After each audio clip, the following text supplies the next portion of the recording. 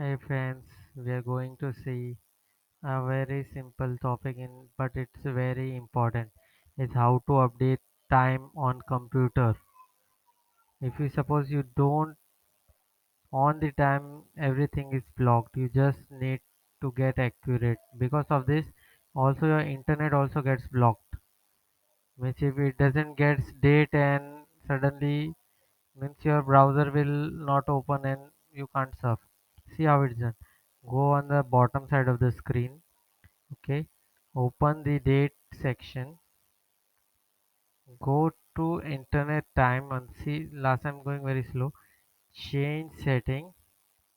Just you have to click update now. When you update now, you will see a change over here. After this, just click OK. Then close all files and open your browser. You can now just surf. That's it. Thank you.